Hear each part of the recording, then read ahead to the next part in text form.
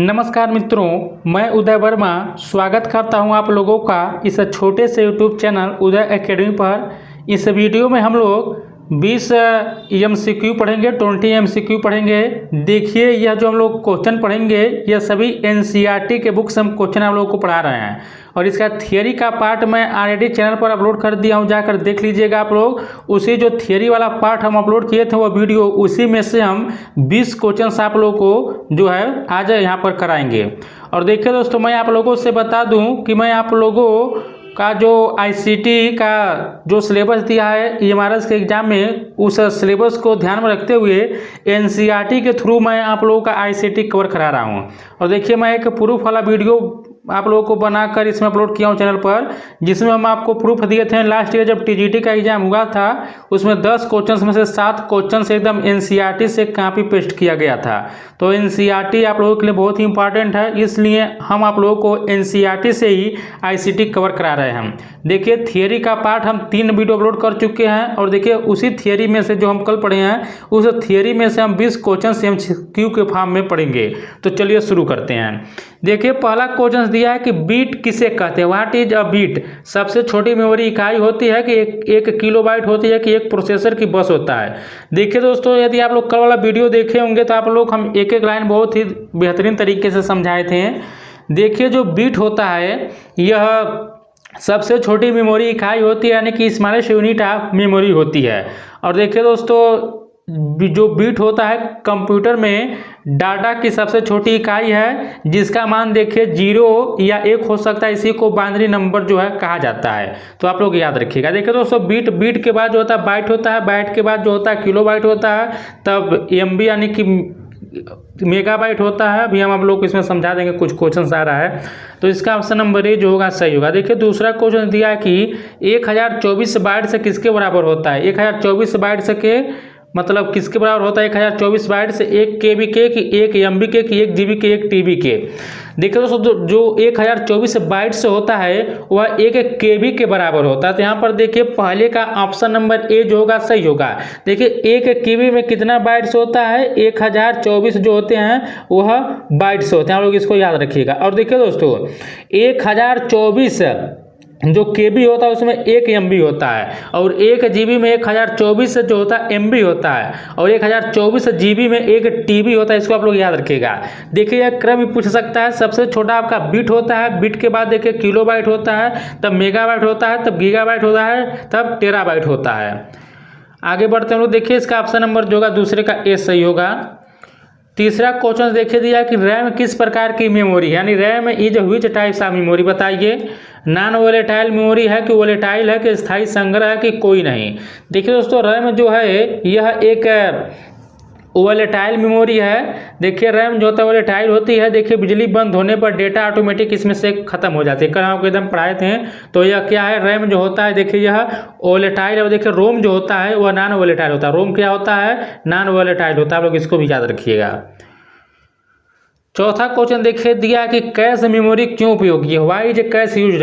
Option number A दिया है कि टू इंक्रीज स्टोरेज, यानी कि स्टोरेज बढ़ाने के लिए, कि CPU की स्पीड बढ़ाने के लिए, कि बैकअप के लिए, कि बूटिंग के लिए। देखिए दोस्तों, जो कैश मेमोरी इसलिए उपयोगी होता है टू स्पीड अप CPU, यानी कि CPU की स्पीड बढ़ाने के लिए कैश मेमोरी का प्रयोग जो है उपयोग में किया जाता है। देखिए, कैश एक तेज मेमोरी है जो होता है जो CPU और रैम के बीच होती है और बार बार उपयोग होने वाले डेटा को तेजी से यह उपलब्ध कराती है। तो ऑप्शन नंबर 20 का सही होगा। देखिए दोस्तों, यदि आप लोगों को वीडियो धीरे लगता है आप लोग उसको जो है 2x कर लीजिएगा। मैं चाहता हूं कि आप लोगों का समय बचे, तो आप लोग 2x में कर देख सकते हैं। बाकी आप नॉर्मल ही कर देखिएगा तो ही बेटर रहेगा। एक एक क्वेश्चन आप लोगों को समझ में आ जाएगा। देखिए, क्वेश्चन नंबर 5 है कि सेकेंडरी मेमोरी का मुख्य कार्य क्या है। टेम्पोररी स्टोरेज, की परमानेंट स्टोरेज, की डाटा प्रोसेसिंग, की बूटिंग OS। देखिए, 5 का जो होगा वह ऑप्शन नंबर इसका बी होगा। जो सेकेंडरी मेमोरी देखिए यह अस्थायी रूप से डेटा संग्रहित करती है। तो ऑप्शन नंबर इसका बी जो होगा सही होगा। यहाँ पर पूछा कि कार्य पूछा है कि सेकेंडरी मेमोरी का मुख्य कार्य क्या है। तो यह डेटा को जो होता है परमानेंट रूप से स्टोरेज करती है। जैसे देखिए, स्टोरेज डिवाइस कौन कौन से हम आपको कल बताए थे। जैसे HDD होता है, यानी हार्ड डिस्क ड्राइव होता है। SSD होता है। अब आप लोग कमेंट करके बताइएगा कि SSD का पूरा नाम क्या होता है। कमेंट करके बताइएगा आप लोग, तो ये बहुत ही इंपॉर्टेंट है, कमेंट करिएगा। क्वेश्चन नंबर 6 देखिए, लिखा है कि एड्रेस बस का कार्य क्या है। What is the function of the address bus. Data भेजना कि नियंत्रण संकेत भेजना कि मेमोरी पता भेजना कि प्रोग्राम चलाना। देखिए 6 का जो होगा इसका ऑप्शन नंबर सी होगा। तो जो एड्रेस बस का जो काम होता है वह टू सेंड मेमोरी एड्रेस होता है। तो ऑप्शन नंबर जो होगा इस प्रश्न का सी जो होगा सही होगा।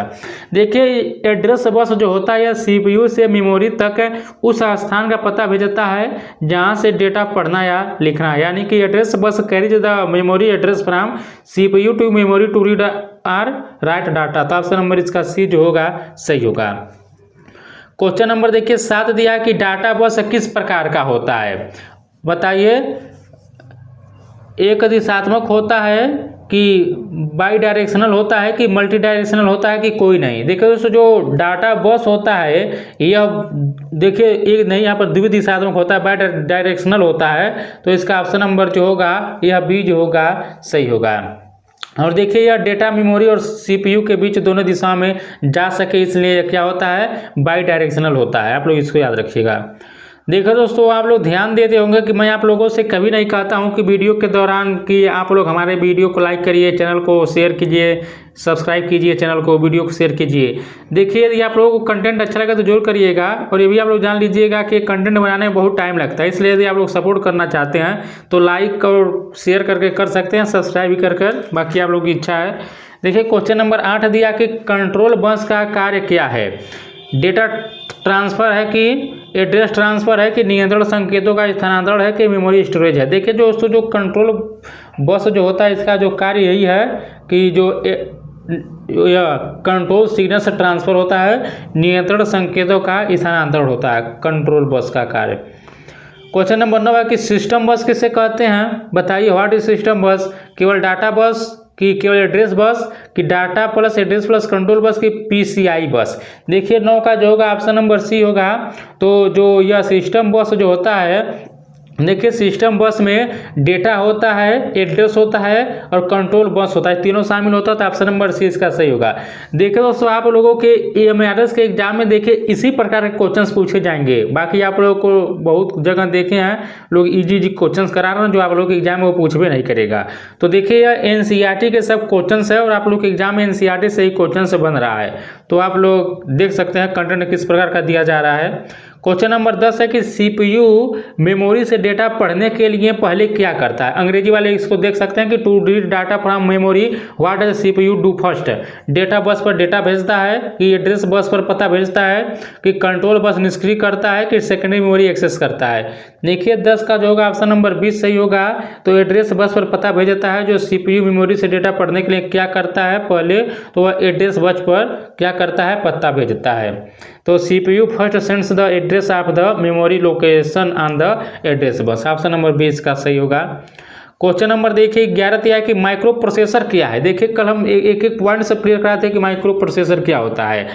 कंप्लीट कंप्यूटर होता है कि एक चिप पर सीपीयू होता है कि इनपुट डिवाइस होता है कि स्टोरेज डिवाइस होता है।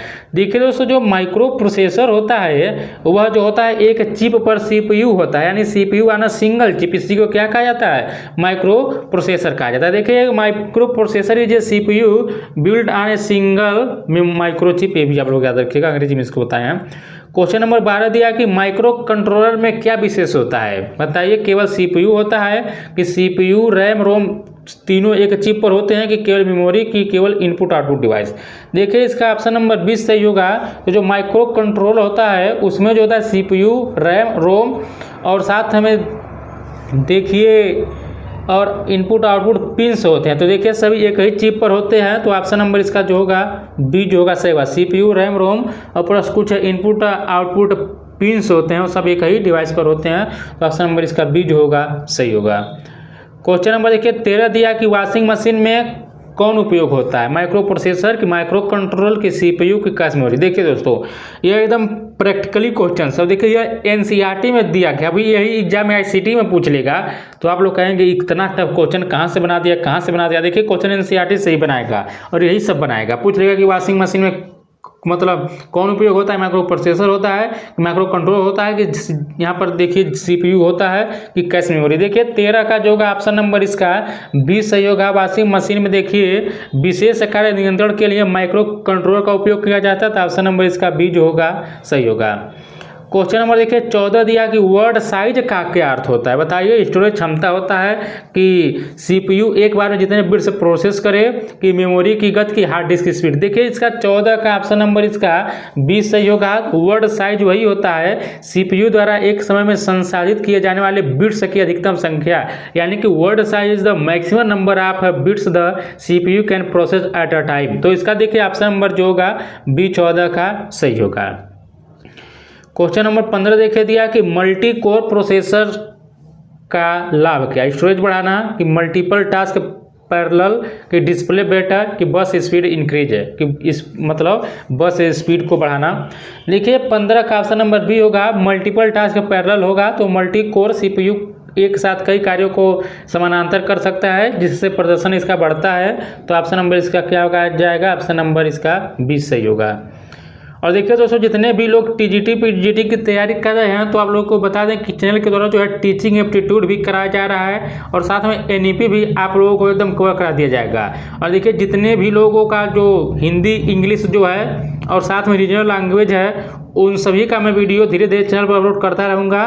तो आप लोग चैनल से जुड़ सकते हैं। आप लोग एकदम सभी जो है कंटेंट प्रोवाइड किया जा रहा है, एकदम निःशुल्क किया जा रहा है। और आप लोग को एग्जाम में देखिए एकदम मैं गारंटी के साथ कह सकता हूँ कि इन्हीं सब जो है कंटेंट से आप लोगों को क्वेश्चन देखने को मिलेगा, क्योंकि ये सब कंटेंट एनसीईआरटी से मैं प्रोवाइड करा रहे हैं आईसीटी का। क्वेश्चन नंबर देखिए 16 दिया कि सेकेंडरी मेमोरी को सीपीयू सीधे एक्सेस क्यों नहीं कर सकता। Why can not CPU access secondary memory directly. Option दिया है कि क्योंकि यह तेज होती है। ऑप्शन नंबर बी दिया है कि क्योंकि यह नॉन वोलेटाइल है। सी दिया है कि क्योंकि बीच में प्राइमरी मेमोरी की जरूरत होती है। डी दिया है कि क्योंकि इसमें प्रोग्राम नहीं चलता। तो देखिए आप लोग इसका जो 16 का होगा ऑप्शन नंबर इसका सी होगा, क्योंकि बीच में प्राइमरी मेमोरी की ज़रूरत होती है, इसीलिए जो होता है सीपीयू जो है सीधे सेकेंडरी मेमोरी को डायरेक्टली जो है एक्सेस नहीं कर पाता है। तो ऑप्शन नंबर सी जो होगा इसका सही होगा। क्वेश्चन नंबर हम लोग 17 देखते हैं। लिखा है कि कैश मेमोरी कहाँ स्थित होती है, यानी पूछा है कि cache memory is placed CPU और प्राइमरी मेमोरी के बीच, between CPU and primary memory की सेकेंडरी मेमोरी के अंदर, कि केवल मदरबोर्ड पर, कि एएलयू के अंदर। देखिए एएलयू का पूरा नाम होता है अर्थमेटिक लॉजिक यूनिट होता है, आप लोग इसको याद रखिएगा, अर्थमेटिकल।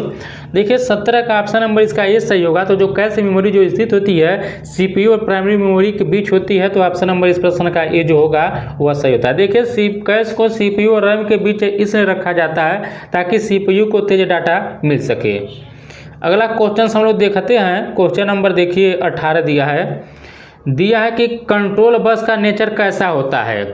बाई डायरेक्शनल होता है, कि यूनिडायरेक्शनल होता है, कि वायरलेस, की सीरियल ओनली। देखिए 18 का ऑप्शन नंबर बी होगा। जो कंट्रोल बस का नेचर होता है वह क्या होता है, यूनिडायरेक्शनल होता है, तो एक दिशात्मक होता है। ऑप्शन नंबर इसका बी जो होगा यह सही होगा। क्वेश्चन नंबर हम लोग 19 देखते हैं। दिया कि माइक्रो कंट्रोल किस कार्य के लिए बेहतर है। जनरल पर्पज कंप्यूटिंग के लिए, कि स्पेसिफिक एम्बेड कंट्रोल टास्क के लिए, कि क्लाउड कंप्यूटिंग के लिए, कि वीडियो रेंडरिंग के लिए। देखिए इसका ऑप्शन नंबर बी होगा। तो माइक्रो कंट्रोल जो होता है वह स्पेसिफिक एम्बेडेड कंट्रोल टास्क के लिए होता है। जैसे देखिए माइक्रो कंट्रोल विशेष और रिपीटेटिव नियंत्रण कार्यों जैसे वॉशिंग मशीन, टीवी रिमोट के लिए उपयुक्त होता है यह। क्वेश्चन नंबर 20 देखिए दिया कि क्लॉक स्पीड किस में मापी जाती है। बाइट्स में, कि हर्ट्ज में, कि डीपीआई में, कि डीबी में। आप लोग बताइए जरा। तो जरा आप लोग हमें कमेंट करके भी बताइएगा कि डीपीआई का फुल नेम क्या होता है, आप लोग जरा बताइएगा। देखिए डी मतलब डाट होता है, बाकी आप लोग बताइएगा हमें। क्वेश्चन नंबर देखिए 20 का ऑप्शन नंबर बी होगा। जो क्लॉक की स्पीड होती है वो हर्ट्ज में मापी जाती है। तो ऑप्शन नंबर इसका ऐसे। देखिए क्लॉक की स्पीड वह दर है जिस पर सीपीयू प्रति सेकंड पल्स उत्पन्न करता है। इसे हर्ट्ज, किलो या मेगा या गीगा हर्ट्ज में मापा जाता है। तो ऑप्शन नंबर इसका बी जो होगा सही होगा। तो देखिए हम एक कुल 20 क्वेश्चंस किए हैं। आप लोग कमेंट करके बताइएगा कि आप लोगों का इन 20 क्वेश्चंस में से कितना क्वेश्चन सही हुआ है। और वीडियो अच्छा लगा तो लाइक जरूर करिएगा, शेयर भी करते रहिएगा अपने मित्रों के पास, दोस्तों के पास, और चैनल से भी जुड़ जाइएगा आगे के वीडियो देखने के लिए। मिलते हैं एक नए वीडियो के साथ, तब तक नमस्कार, जय हिंद, जय भारत।